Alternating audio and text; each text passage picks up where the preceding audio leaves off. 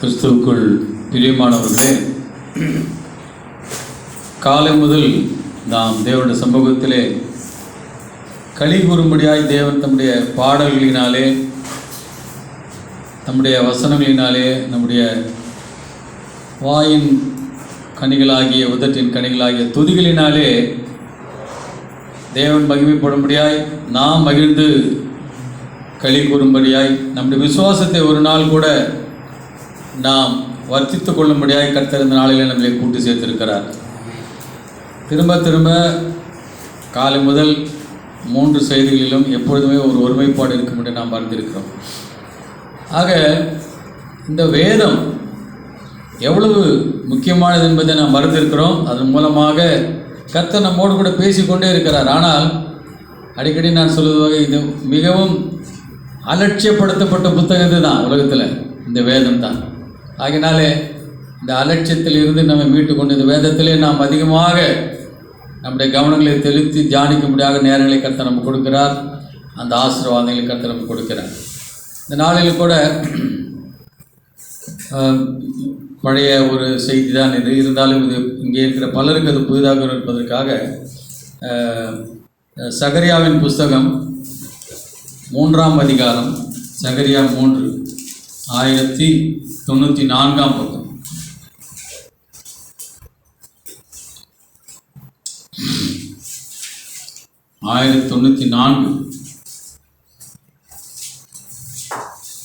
சகரியா 3ஆம் அதிகாரம் 2ஆம் வசனம் 3ஆம் வசனம். அப்பொழுது கர்த்தர் சாத்தானை நோக்கி, கர்த்தர் உன்னை கடிந்து கொள்வாராக. சாத்தானே, எருசலேமை தெரிந்து கொண்ட கர்த்தர் உன்னை கடிந்து கொள்வாராக. இவன் அக்கினியினின்று தப்புவிக்கப்பட்ட புள்ளி அல்லவா என்றார். இங்கே சொல்லும் பொழுது அவர் எதை தெரிந்து கொண்டார் என்று சொல்லுகிறார்? அவர் எதை தெரிந்து கொண்டார்? எருசலேமில் என்ன இருக்குது? அவருடைய தேவாலயம். எருசலேமை தெரிந்து கொண்ட என்ற ஒரு வசனத்தை இங்கே சொல்லுகிறார். இதே மாதிரி ஒரு சந்தர்ப்பத்தை நீங்கள் வேற எங்கே வாசிக்கிறீங்க?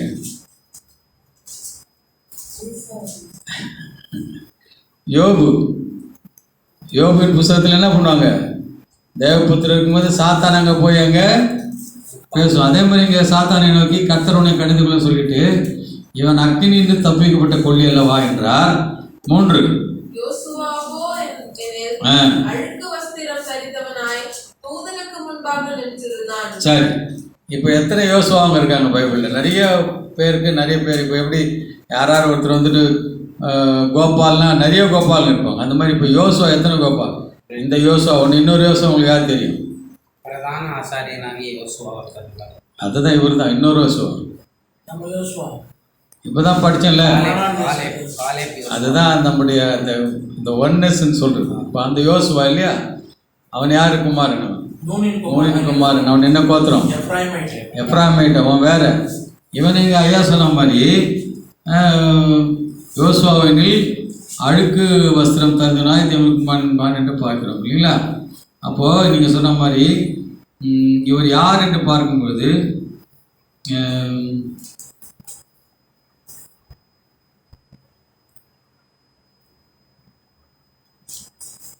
எட்டாம் வசனம். இப்போதும் பிரதான ஆசாரியனாகிய ஆக அவனுக்கு இன்னொரு குவாலிஃபிகேஷன் அங்கே சேருது. யோசுவா கூட என்னது? பிரதான ஆசி யோசுவா. நீ கேள். உனக்கு முன்பாக உட்கார்ந்திருக்கிற தோழரும் கேட்க கடவார்கள். இவர்கள் அடையாளமாய் இருக்கிற புருஷர் இதோ கிளை எனப்பட்டவராகிய என் தாசனை நான் வரப்படும். யாரு? இயேசு கிறிஸ்து கிளை எண்ணப்பட்டவராக என்று நம்ம வாசிக்கிறோம். நம்ம ரொம்ப டீட்டெயிலாக போனால் 6ஆம் அதிகாரம் 12ஆம் வசனம். அதே சகரியா 6:12. அவரோடைய சொல்ல வேண்டியது, சேனைகளின் கர்த்தர் உரைக்கிறது என்னவென்றால், இதோ ஒரு புருஷன், அவருடைய நாமம் கிளை எனப்படும்.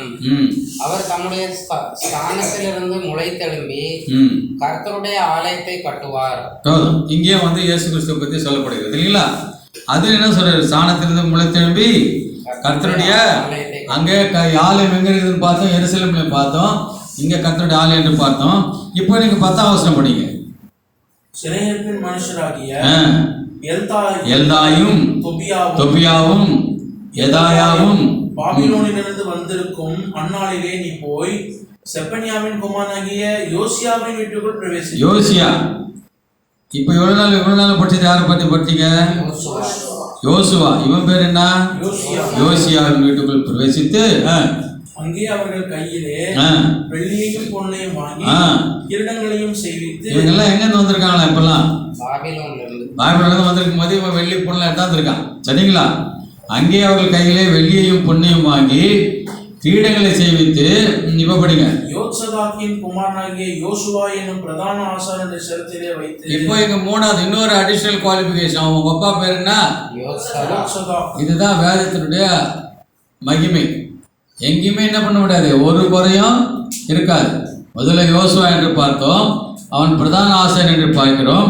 அவன் யார்? அவன் யோத்சதாக்கின் குமாரனாகிய என்று பார்க்கிறோம். 12 வருஷம் 13 படிங்க. ஆலயத்தை கட்டுவார்.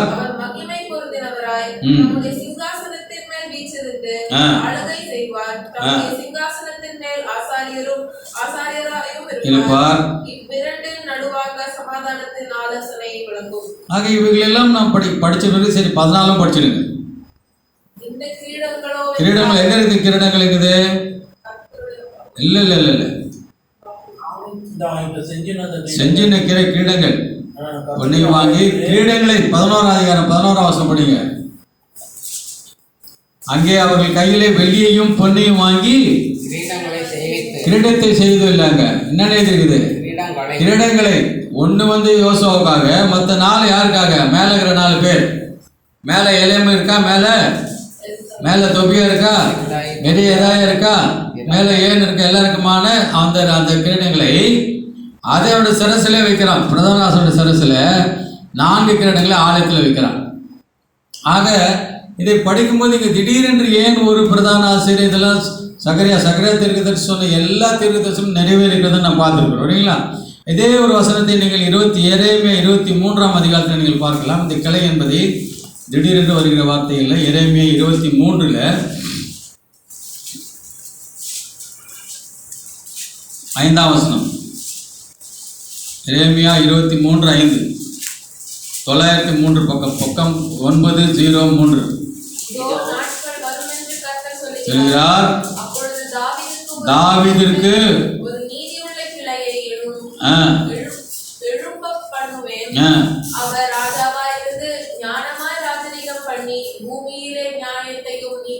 செய்வார் என்று அங்கே வாசிக்கிறோம். இங்கே சொல்ற ராஜாவாக இருப்பார், அவர் ஆசாரியராக இருப்பார். சகரியால் அதானே படித்தோம். சிங்காசனத்தின் மேல் ஆசாரியராக இருப்பார், அவர் ராஜாவாக இருப்பார் என்று நான் வாசிக்கின்றோம். ஆக இதெல்லாம் ஏன் நீங்கள் எழுதுகிறார் என்ற என்னை சிந்தனையோடு கூட நீங்கள் ஆகாய்க்கு போயின்றனர். பக்கத்தில் இருக்க பக்கம் 1089ஆம் பக்கம். 1089 ஆகாய்.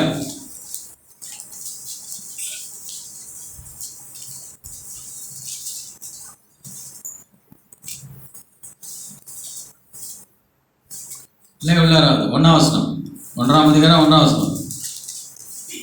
ராஜாவாகிய தரியு அரசாண்ட 2ஆம் வருஷம் 6ஆம் மாதம் 1ஆம் தேதியிலே கர்த்தருடைய வார்த்தை ஆகாய் என்னும் தீர்க்கதரிசியின் மூலமாய் செயல்தியேலின் குமாரனாகிய செருபாபேல் என்னும் யூதாவின் தலைவனுக்கும் யோசதாக்கின் குமாரனாகிய யோசுவா என்னும் பிரதான ஆசாரியனுக்கும் உண்டாகி. ஆக இங்கதான் அடிக்கடி நமக்கு ஒரு சந்தேகமும் கிடையாது. இந்த வேத வசனத்தை எழுதின முற்பிதாக்கள் அவ்வளவு தெளிவாக எந்த செய்தியெல்லாம் சொல்லிடுறாங்க.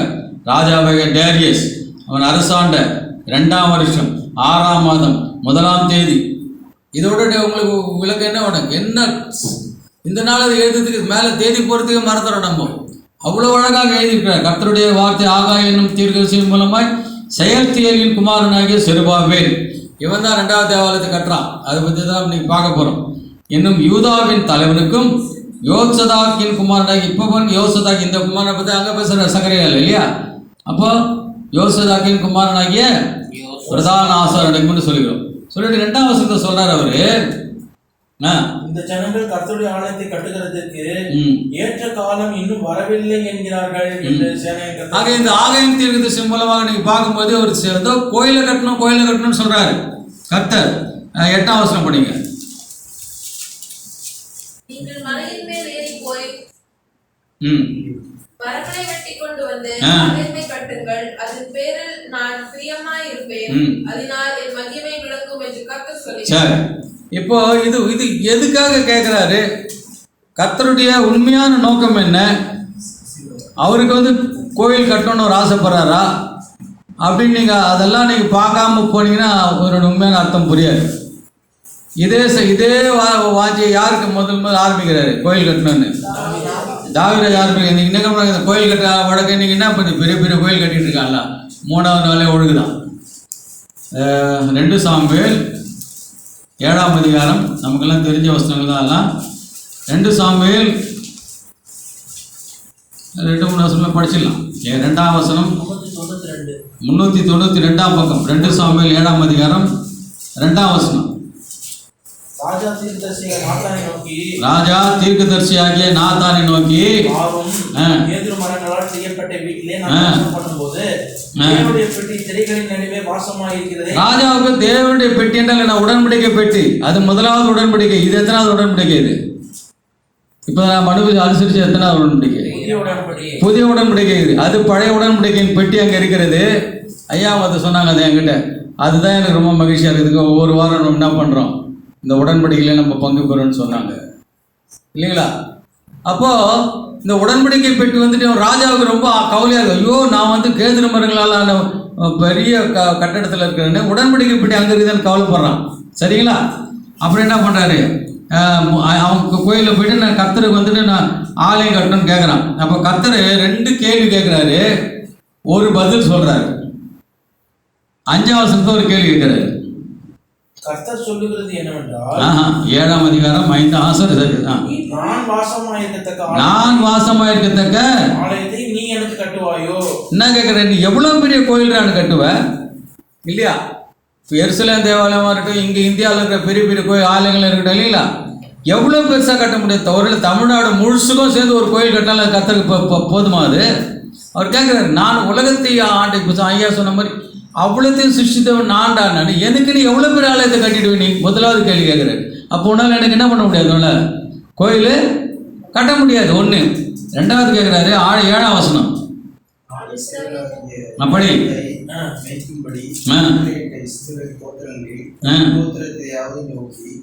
நீங்கள் எனக்கு கேது மரத்தால் செய்யப்பட்ட ஆலயத்தை கட்டாதிருக்கிறது என்ன என்று நான் இஸ்ரவேலுக்குள் உலாவிருந்த எங்களுக்காவது வார்த்தைகளை சொன்னதுண்டோ?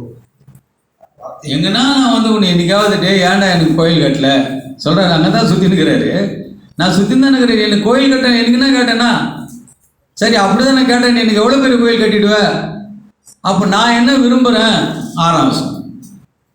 நான் இஸ்ரவேல் புத்திரரை எகிப்திலிருந்து புறப்பட 12 நாள் முதல் கொண்டு நாள் வரைக்கும் நான் ஒரு ஆலயத்திலே வாசம் பண்ணாமல் கூடாரத்திலும் வாசஸ்தலத்திலும் உலாவினேன். எங்க இருந்து சேர்ந்த கூடாரம்? அந்த வாசஸ்தலம் எங்க இருந்தது? வனாந்தரத்துல எங்க இருந்தது? நடுவுல. இதோ மனுஷரின் மத்தியில் தேவாதி தேவனே வாசம் செய்கிறார். நான் உன் நடுவிலே வாசம் செய்ய விரும்புகிறேன் என்று கர்த்தர் சொல்கிறார். இவன் என்ன பண்றான்? இவன் என்ன பண்றான்? இவன் எடுத்துன்னு போயிட்டு மூலஸ்தானம் வச்சு தனியாக படிச்சு வச்சு அங்க உட்கார வச்சிடறான். அவர் சொல்றாரு, நான் அங்க இருக்க விரும்பல. ஐ வாண்ட் டு பி அல்லாஹ் அமங்ஸ்ட் யூ, amidst you, உங்களோடு கூட உங்கள் மத்தியிலே நான் வாசம் செய்ய விரும்புகிறேன்னு சொல்லு கர்த்தர். ஆகையில் ஏன் கோயில் கட்டலன்னு கேட்கிறாரு. சரிங்களா? இப்போ புரிஞ்சுங்களா? அப்போ அவருக்கு கோயில் இன்டென்ஷன் இருக்குதா? இல்லை அவருக்கு. நான் அங்கே இருக்க விரும்பலடா, இன்னும் நெருக்கமாக வராது அவர்.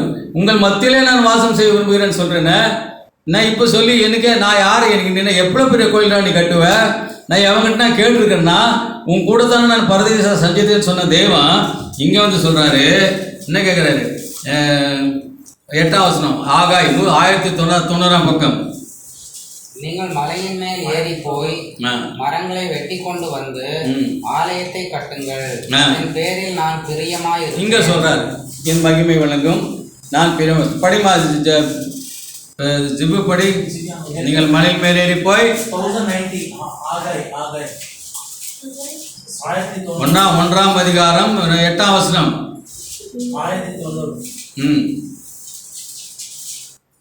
நீங்கள் மலையின் மேல் ஏறி போய் மரங்களை வெட்டி கொண்டு வந்து ஆலயத்தை கட்டுங்கள். அதன் பேரில் நான் பிரியமாயிருப்பேன். அதனால் என் மகிமை விளங்கும். அப்ப இது முரண்படுது.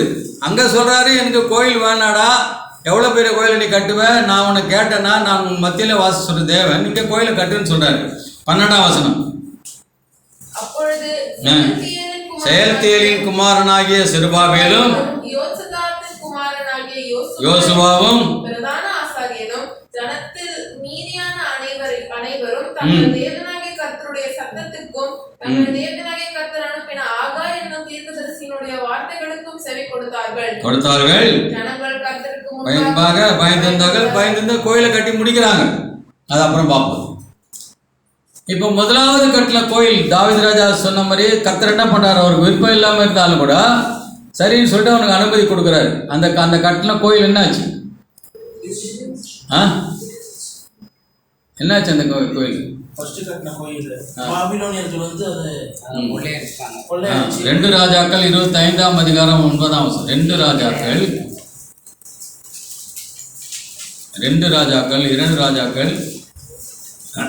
25ஆம் அதிகாரம் 504ஆம் பக்கம். 25 9ஆம் வசனம். எடுத்துட்டு இருக்குல்ல, 504ஆம் பக்கம் முதல் மேலகிற வசனம் 9ஆம் வசனம். கர்த்தருடைய ஆலயத்தையும் ராஜாவின் அரண்மனையையும் எருசலேமின் சகல கட்டடங்களையும் பெரிய வீடுகள் எல்லாவற்றையும் அக்கினியால் சுட்டெரித்து விட்டார். ஆக மனுஷன் விருப்பமாக பட்டதுக்காக உண்டாக்கின ஒரு ஆலயம் என்னாச்சு? கர்த்தர் தான் அனுமதி கொடுக்குறாரு, விரும்புற கட்டுறான்றாரு. இது என்னாச்சு? அதுங்க சுட்டரிக்கப்பட்டது. 2 நாளாகமம் 36ஆம் அதிகாரம் 2 நாளாகமம் 36ஆம் அதிகாரம் 19ஆம் வசனம். 597ஆம் பக்கம்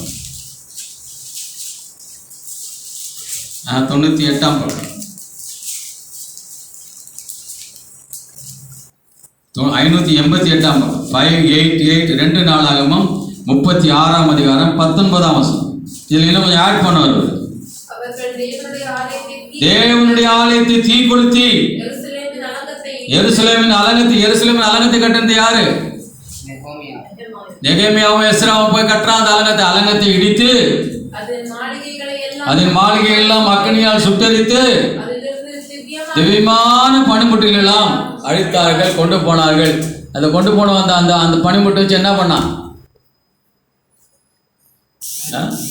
அங்கே அவர்கள் விருது செய்யும் போது அதில் மதுபானம் குடித்தார்கள்.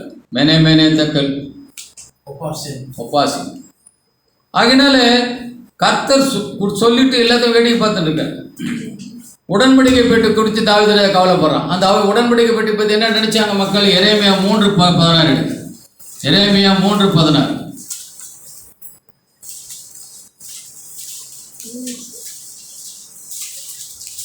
எரேமியா 3ஆம் அதிகாரம் 16ஆம் வசனம். எல்லா பேஜ் நம்பர் சொல்லு. எரேமியா 3:16. 16ஆம் வசனம் 808-77. படிங்கப்பா, படிங்க வாழ்த்து. நீங்கள் தேசத்திலே பெருகி பலுகுகிற அந்நாட்களிலே அவர்கள் கர்த்தருடைய உடன்படிக்கை பெட்டி என்று இனி சொல்வதில்லை. அது அவர்கள் மனதில் எழும்போதும் இல்லை, அது அவர்கள் நினைவில் வருவதும் இல்லை, அதை குறித்து விசாரிப்பதும் இல்லை, அது இனி செப்பனைப்படுவதும் இல்லை என்று கர்த்தர் சொல்கிறார். எதை சொல்றாரு? எந்த உடன்படிக்கை பெட்டி குறித்து தாவீது ராஜா அங்கலாய்த்தாயினோ அந்த உடன்படிக்கை சொல்றாரு. இப்ப அந்த உடன்படிக்கை எங்க இருக்குது? அந்த உடன்படிக்கை பரலோகத்துக்கு வெளிப்படுத்த விசேஷம் 11ஆம் அதிகாரம் 19ஆம் வசனம். கர்த்தர் சொன்ன மாதிரி முதல்ல தண்ணியை காட்டுறாரு, அப்புறம் ஆகாயத்துல தண்ணியில் வெளிப்படுத்த விசேஷம் 11ஆம் அதிகாரம் 19ஆம் வசனம். லாஸ்ட் புக் வெளிப்படுத்தின 11:19. 344 பக்கம். அப்பொழுது பரலோகத்தில் தேவனுடைய ஆலயம் திறக்கப்பட்டது. அவருடைய ஆலயத்திலே அவருடைய உடன்படிக்கையின் பெட்டி காணப்பட்டது. அப்பொழுது மின்னல்களும் சத்தங்களும் இடி முழக்கங்களும் பூமி அதிர்ச்சி பெரும் கல் மழையும் உண்டாயின. பூமியிலே கர்த்தருடைய உடன்படிக்கை, இந்த புதிய உடன்படிக்கையும் அதே விதமாக இந்த நாட்களிலே அலட்சியப்படுத்தப்பட்டு கொண்டிருக்கிறது. அந்த உடன்படிக்கை எப்படி அலட்சியப்படுத்தலாம்? எத்தனை வார்த்தை சொல்றார் பாருங்க. அந்த விதமான அலட்சியத்தை இன்றைக்கு இந்த புதிய உடன்படிக்கையை மனிதர்கள் செய்து கொண்டிருக்கிறார்கள். அந்த தேவனுடைய ஆலயத்திலே அலட்சியம் செய்து கொண்டிருக்கிறார்கள். தேவனுடைய வேதத்தை அலட்சியம் செய்து கொண்டிருக்கிறார்கள். எரேமியா தீர்க்கதரிசியின் புஸ்தகம் 36ஆம் அதிகாரம் 32ஆம் வசனம். எரேமியா 36:32 924ஆம் வசனம். அப்பொழுது எரேமியா வேறொரு சுருளை என்ன எடுத்தீங்க? இல்லை கடைசிக்கு போயிட்டீங்களா? கொஞ்சம் இருக்கு.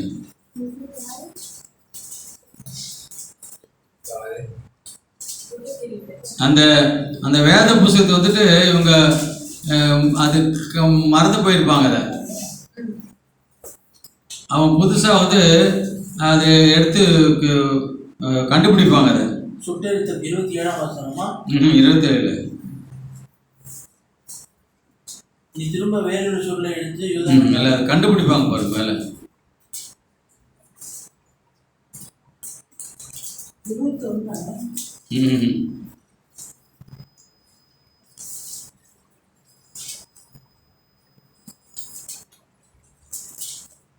அது காணாமல் போயிடும் முதல்ல. இல்லை இருக்கு. அப்போ எழுதலாம். சரி இது வேணா படிங்க. இதை படிங்க. 36ஆம் அதிகாரம் 1ஆம் வசனம். யோசியாவின் குமாரனாகிய யோயாக்கீம் என்னும் யூத ராஜாவின் நாலாம் வருஷத்திலே கர்த்தரால் எரேமியாவுக்கு உண்டான வார்த்தை என்னவென்றால், ஒரு புஸ்தக சுருள் எடுத்து, யோசியாவின் நாட்களிலே நான் உன்னுடனே பேசின நான் முதற்கொண்டு இந்நாள் மட்டும் இஸ்ரவேலை குறித்தும் யூதாவை குறித்தும் சகல ஜாதிகளை குறித்தும் உன்னோடே சொன்ன எல்லா வார்த்தைகளையும் அதிலே எழுது. ஏன்னா இட் ஹஸ் பீன் லாஸ்ட். நான் அது எங்கன்னு பார்த்து சொல்கிறேன். அது வேதத்தை அலட்சியம் பண்ணி அதை வந்துட்டு மறந்துட்டான். இப்போ சொல்கிறார் எல்லாத்தையும் எடுத்து எழுதுன்றாரு. அப்போ 3ஆம் வசனம். யூதாவின் குடும்பத்தார் அவரவர் தங்கள் கொல்லாத வழியை விட்டு திரும்பும்படியாகவும் தங்கள் அக்கிரமத்தையும் தங்கள் பாவத்தையும் நான் மன்னிக்கும்படியாகவும் தங்களுக்கு நான் செய்ய நினைத்திருக்கிற தீங்குகளை குறித்து ஒருவேளை அவர்கள் கேட்பார்கள் என்றார். அதனால சொல்றாரு அது உனக்கு முக்கியம்டா. எது 3 முக்கியமா பார்த்தோம்? உடன்படிக்கை பெட்டி. யோசுவாவில் உடன்படிக்கை பெட்டி என்ன பண்ணுது? யோசுவாவின் புத்தகத்தில் உடன்படிக்கை என்ன பண்ணுது? ஆத்துல போய் நின்று அது உடன்படிக்கை கால் வச்ச உடனே ஆறு என்ன பண்ணுது? 2ஆக பிரிந்து வழிவிட்டது. தாவீது ராஜா அந்த உடன்படிக்கை பற்றி கவலைப்பட்ட. அது கடைசி நாள் என்ன ஆச்சுன்னு நம்ம பார்த்தீங்க. அதை பற்றி யாரும் அது பழைய உடன்படிக்கை அதே விதமாக இந்த புதிய உடன்படிக்கை அலட்சியம் செய்யப்படுகிறது. 1, தேவனுடைய ஆலயம் என்றால் சுட்டரிக்கப்படுகிறது. தேவனுடைய வேதம் என்று சொல்ல வேதத்தை காணலை மொழி எழுதுன்றான். எழுதின பிறகு 15ஆம் வசனம் 36-925ஆம் பக்கம். அவர்கள் அவனை நோக்கி, நீ உட்கார்ந்து கொண்டு நாங்கள் கேட்க வாசி என்றார்கள். அவர்கள் கேட்டு வாசித்தான். 16ஆம் வசனம் சொல்றான் பாருங்க.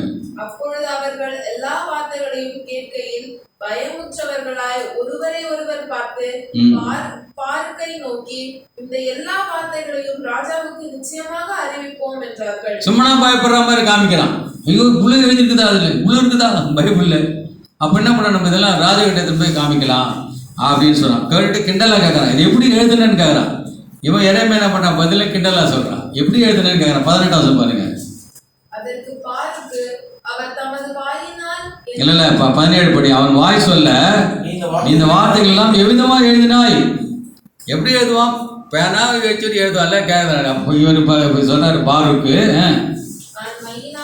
அவர் தமது வாயினால் எல்லா வார்த்தையும் சொல்ல உரைத்தேன் சொன்னார். நான் மையினால் புஸ்தகத்தில் எழுதினேன்னு சொல்லிட்டு என்ன பண்ற, ராஜா கிட்ட கொண்டு போயிருக்கிறானா. ராஜா என்ன பண்றாரு? 23ஆம் வசனம் என்ன பண்றான்? அனல்ல குளிர் காஞ்சின்னு இருக்கிறான். பக்கத்துல வந்துட்டு நெருப்பு இருக்குது. 23ஆம் வசனம். 3-4 பத்திகளை வாசித்த பின்பு ராஜா ஒரு சூரி கத்தியினால் 3-4 பத்தி வாசிக்கிறான். நம்ம அது கூட வாசிக்கிறது இல்லையப்பா. இன்னைக்கு என்ன தேதி? இன்னைக்கு ஜூலை 14. என்ன போடுது பாரு, நான் உன்னோட கூட நின்று நீ போகிற வழி எல்லாம் உன்னை வரை போதும். அவனாவது 3 நாள் பற்றி வாசிக்கிறான். அப்போல்லாம் பற்றி தான் இருந்தது, வசனங்கள் கிடையாது.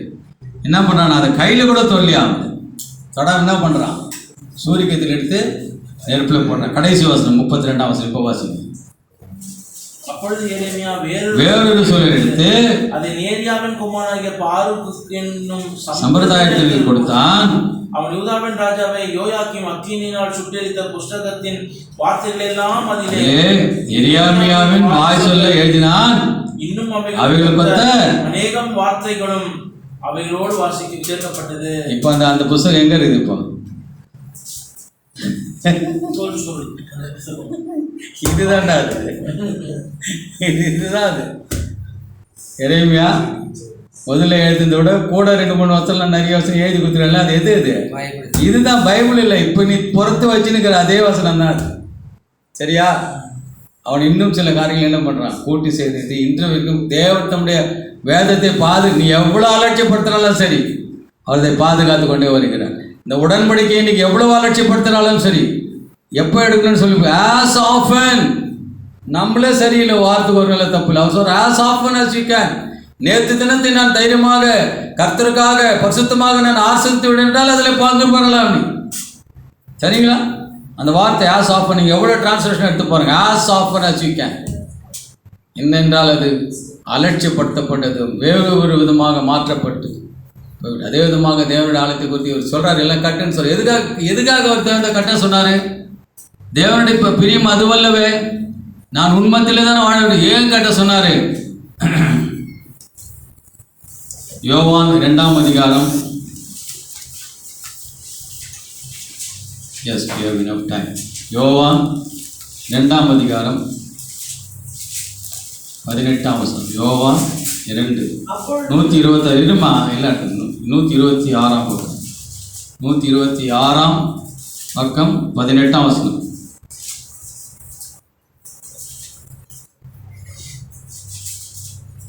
காலையில் பிரதர் சொன்னது நம்மளாம் அதை தான் சிந்திச்சுட்டு இருக்கோம்.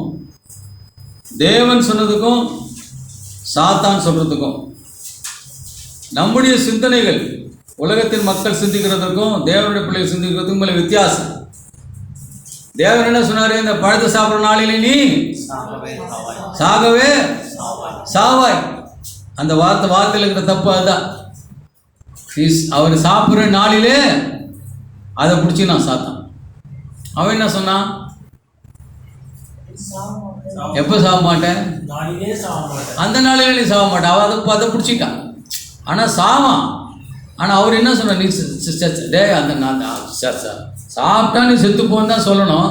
சாப்பிடுகிற நாளிலேன்னா அதை பிடிச்சினா நீ சாப்பிடு. இவனும் பார்த்தான். அன்றைக்கி சாயந்தரம் யோசிச்சிருப்பான், பற்றியாடா 2 பேர் யார் சொன்னது கரெக்டு? சாத்தான் சொன்னது தான் கரெக்டு. பாரு, நான் சாவலியே. 2ஆவது நாள் பார்க்குறேன், இல்லையே நான் சாவலியே. அப்போ யார் தப்பாக சொல்லிக்கிறாரு?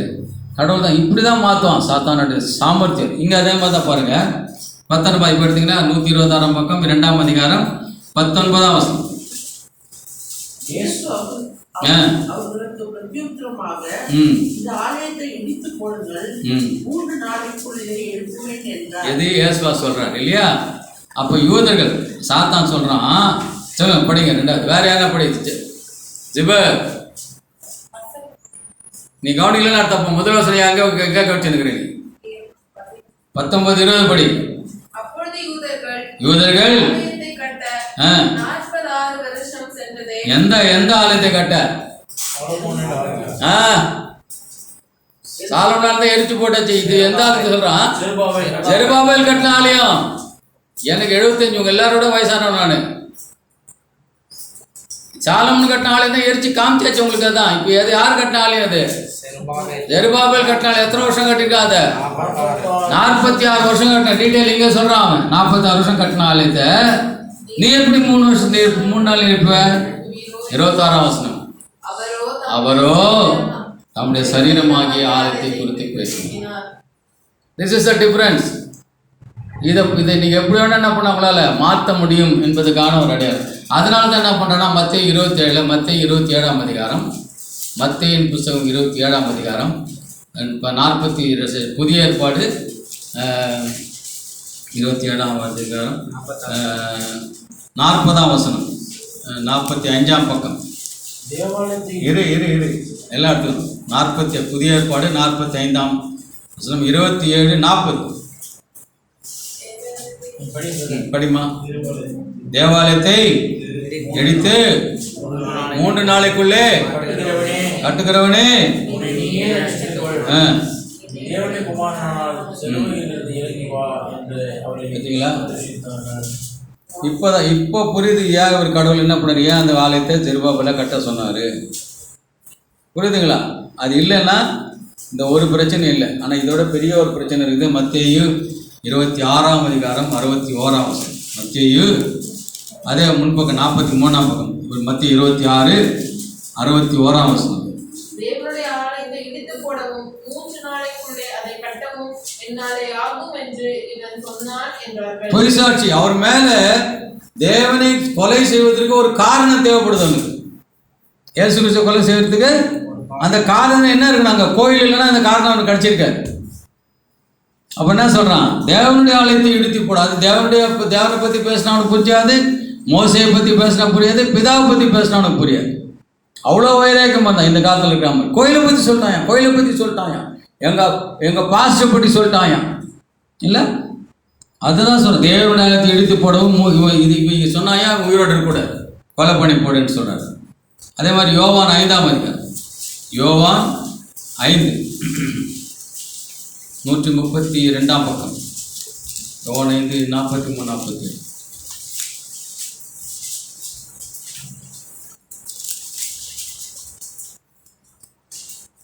நான் மனுஷரால் மகிமை ஏற்றுக்கொள்கிறதை இல்லை இந்த 43 படிக்கலாம். அது ஒன்றே பிரச்சனை. நான் என் பிதாவின் நாமத்தினாலே வந்திருந்தும் நீங்கள் என்னை கொள்ளவில்லை. வேறொருவன் தன் சுய நாமத்தினாலே வந்தால் அவனை ஏற்றுக்கொள்ளவில்லை. அதுதான் இன்னைக்கு நடந்திருக்குது. நான் சொல்றேன், என் பிதா எனக்கு அது பிடிக்கல. ஆனால் அவனை மாதிரி தன்னைத்தானே பிரபலப்படுத்திக் கொள்கிற, பிரஸ்தாபப்படுத்திக் கொள்கிற அநேகர் வரும்போது என்ன பண்றான்? அவன் பின்னாடி ஓடுகிறார்கள் சொல்றாரு. 44 தேவனால மாத்திரம் மகிமையை தேடாமல் ஒருவரால் மகிமை ஏற்றுக்கொள்கிற நீங்கள் எப்படி விசுவாசிப்பீர்கள்? 46ஆம் வசனம். நீங்கள் மோசேயை விசுவாசித்தீர்களானால் என்னையும் விசுவாசிப்பீர்கள். அவங்களுக்கு என்ன பண்ணல? மோசையை பத்தி பேச அவங்களுக்கு பிடிக்கல. சரி, இன்னொரு வசனம் பாருங்க. நான் 10ஆம் அதிகாரம் யோவான் 10ஆம் அதிகாரம் யோவான் 10 30 31 142. வேற யாரா படிக்க சொல்லு. 142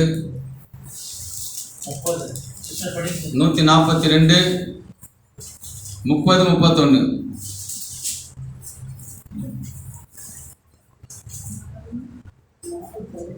ம் 30ஆம் வசனம் 31ஆம் வசனம். நானும் பிதாவும் ஒன்றாயிருக்கிறோம் என்றார் சொல்றாரு. அவனால மோசையை பத்தி பேசினா ஒரு பாட்டு, மோசையோட பெரியவர், மோசையை பத்தி சொன்னா அவனுக்கு மோசை தான் பெரியவர். இங்க என்ன சொல்றாரு? நானும் பிதாவும், நான் அங்கிருந்து வந்து சொன்ன அவனால ஏத்துக்க முடியும். என்ன பண்ண உடனே நானும் பிதா ஒன்றா இருக்கணும் என்றார். அப்போ யூதர்கள் மறுபடியும் அவர் மேல் கல்லறியும்படி கல்லுகளை எடுத்துக்கொண்டார்கள். கிறிஸ்துவுக்குள் பிரியமானவர்களே, அவர் உலகத்தில் வந்தபோது அவர் யாரால என்ன பண்ண முடியல? புரிந்து கொள்ள முடியல. 2ஆவது சேதத்தில் பார்த்த ஒருத்தரும் நம்பல. அவர் உயிரோடு இருந்தா சொன்ன யாரும் என்ன பண்ணல? நம்பல.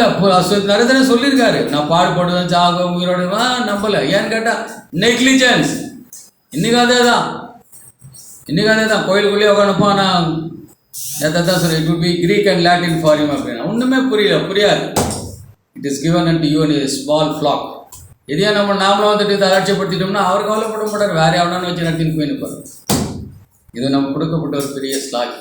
இந்த சத்தியத்தை நீங்கள் எங்கே போனால சொன்னாலும் ஏன்டா எல்லாமே எதிராக பேசுகிறான். அவன் 3 கோடி ரூபா போட்டு கோயில் கட்டிக்கிறேன், இது இன்னொன்று பேசினுக்கிறான் இந்த ஆள். அப்படித்தானே சொல்லுவேன் என்னை பார்த்து. நாங்கள் என்ன 5 கோடி ரூபா போட்டு கோயில் கட்டியிருக்கிறோம் அப்படி தானே சொல்லுவான் இல்லையா? ஆனால் அவர் சொல்கிறது தான் நான் சொன்னேன். நான் மத்தேயு 24ஆம் அதிகாரம் எந்த கோயிலை கட்ட சொன்னாரோ, மத்தேயு 24 2 எல்லாரும் எடுத்துங்க. இந்த ஃபேன் போடுறா, ஃபேனோட எல்லாம் ரைட்.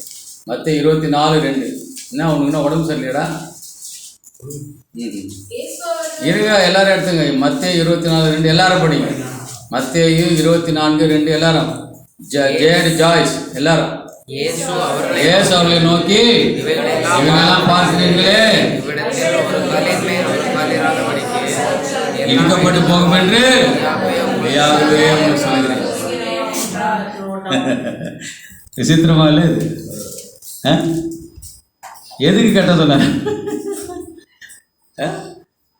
போய் வலையில் போய் அதை அள்ளி வெட்டி எடுத்துருவா, இது வெட்டி எடுத்துருவா கட்ட சொல்லிட்டு இவர் என்ன சொன்னார்? இவர் இடிக்கப்பட்டு போகும். இடிக்க போருக்கு. அப்படி எப்படி இடிக்கப்பட்டு போகும்?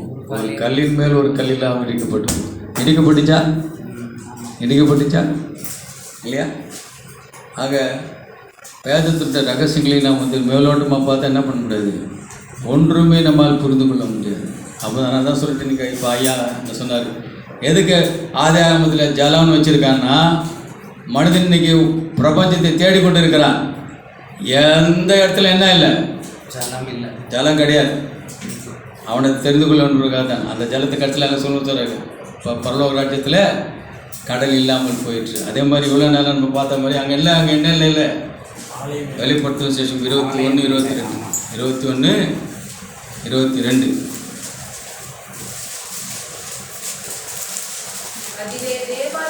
அதிலே தேவாலயத்தை நான் காணவில்லை, சர்வ வல்லமையுள்ள தேவனாகிய கர்த்தரும். ஆட்டுக்குட்டியானவருமே அதற்கு ஆலயம். அப்போ வேற எதுதான் ஆலயம்?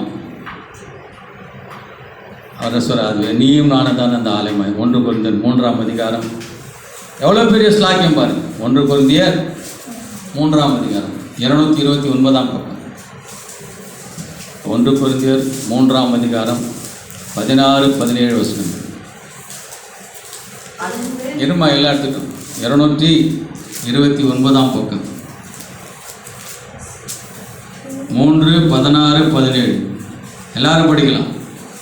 நீங்கள் தேவனுடைய ஆலயமாக இருக்கிறீர்கள் என்றும் தேவனுடைய ஆவி உங்களில் வாசமாக இருக்கிறார் என்றும் அறியாதிருக்கிறார்களா? ஒருவன் தேவனுடைய ஆலயத்தை கெடுத்தால் அவனுடைய தேவன் கெடுப்பான். தேவனுடைய ஆலயம் பரிசுத்தமாக இருக்கிறது, நீங்களே அந்த ஆலயம். அப்போ now what he prefers? பவுலடிகளார் தான் இதெல்லாம் சேர்த்த பவுலடிகளார் சொல்லுவார். அவர் எங்கே வாசமாக இருக்க மாட்டார்? மனுஷனுடைய கைகளினால் கட்டப்பட்ட கட்டிடத்தில் அவர் உன்னிலே வாசம் செய்கிற தேவன். அதே 6ஆம் அதிகாரம் 231ஆம் பக்கம் 19 பிடித்து நாம் நிறைய சொல்லுவோம். 1 கொரிந்தியர் 6ஆம் அதிகாரம் 231ஆம் பக்கம் 19ஆம் வசனம் எல்லாரும் படிக்கலாம். உங்கள் சரீரமானது நீங்கள் தேவனாலே பெற்றும் உங்களில் தங்கிலும் இருக்கிற பரிசுத்த ஆவியினுடைய ஆலயமாக இருக்கிறது என்றும் நீங்கள் உங்களுடைய எண்ணம். இதை காட்டிலும் விவரமாக இது யாருடைய ஆலயம்? அப்புறம் யார் சொல்லு, திரும்ப திரும்ப யாருடைய ஆலயம்? இப்போ எதுக்கு இந்த வசனத்தை படிச்சுங்க? என்ன யார் இன்னொருத்தர் யார் இருக்கிறது உள்ள? வசனத்தை பார்த்து சொல்லுமா. பரிசுத்த ஆவி சரிங்களா? உள்ள இருக்கிறாரா? நான் சொல்றேன்னு பைபிள் சொல்ல. இங்கே இதில் தான் 3ல அதான் சொல்றாரு.